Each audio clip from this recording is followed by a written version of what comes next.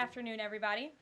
But the mainstream media continues to be focused on a sensationalized story from the failing Atlantic magazine that is falling apart by the hour.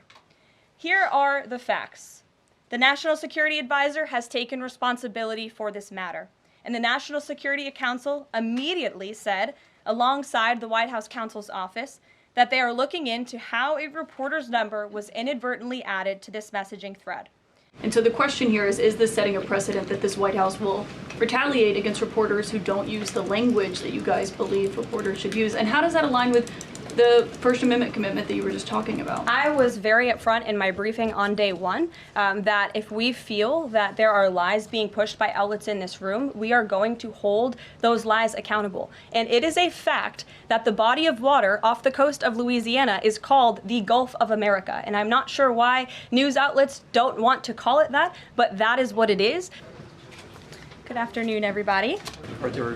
Well, I can tell you there was certainly a lack of transparency from the former president, from the entire former administration, and frankly, a lot of people in this room when it came to the health and the competence of the former president of the United States, Joe Biden. There was one of the greatest cover-ups and frankly political scandals this nation has ever seen. It's been unraveled in some recent books that are being written by journalists who engaged in that cover-up and scandal, which is quite ironic. Did the president ever spend hours at Jeffrey Epstein's house with a victim? These emails prove absolutely nothing other than the fact that President Trump did nothing wrong. And what President Trump has always said is that he was from Palm Beach, and so was Jeffrey Epstein. Jeffrey Epstein was a member at Mar-a-Lago until President Trump kicked him out because Jeffrey Epstein was a pedophile and he was a creep. A scheduling update today, President Trump will commemorate... So what is the theory, since these documents came from the Epstein estate? Who is I guess in your view, faking these documents? I did not say the documents are a hoax. I said the entire narrative surrounding Jeffrey Epstein right now that is absorbing many of the liberal cable channels on television is a hoax that is being perpetuated by opportunistic Democrats. He didn't sign these. If you said he didn't sign the birthday card, he didn't do this, he also didn't do the check, those were in documents from the estate. So what is the working theory as to why he's in them? The president has one of the most famous signatures in the world, and he has for many, many years. You know that, Maggie, you've covered him for a long time, long before he assumed this office when he was a businessman in New York. The president did not write that letter. He did not sign those documents. He maintains that position.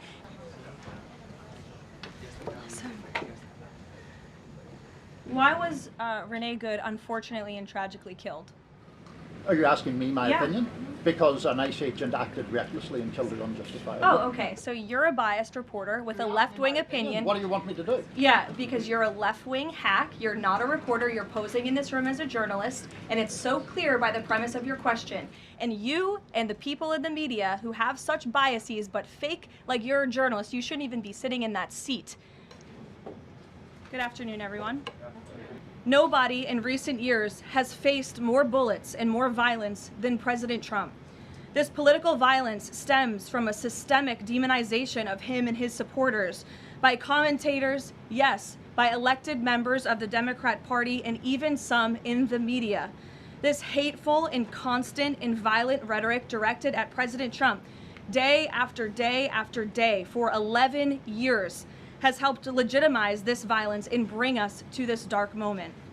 Those who constantly falsely label and slander the president as a fascist, as a threat to democracy, and compare him to Hitler to score political points are fueling this kind of violence. The left-wing cult of hatred against the president and all of those who support him and work for him has gotten multiple people hurt and killed, and it almost did so again this weekend. What did the president mean when he called a reporter piggy? Look, the president is very frank and honest with everyone in this room. You've all seen it yourself. You've all experienced it yourselves, and I think it's one of the many reasons that the American people reelected this president, because of his frankness. And he calls out fake news when he sees it. He gets frustrated with reporters when you lie about him, when you spread fake news about him and his administration. But he also is the most transparent president in history, and he gives all of you in this room, as you all know, unprecedented access. Well, I think Canada is a neighbor. They are a partner.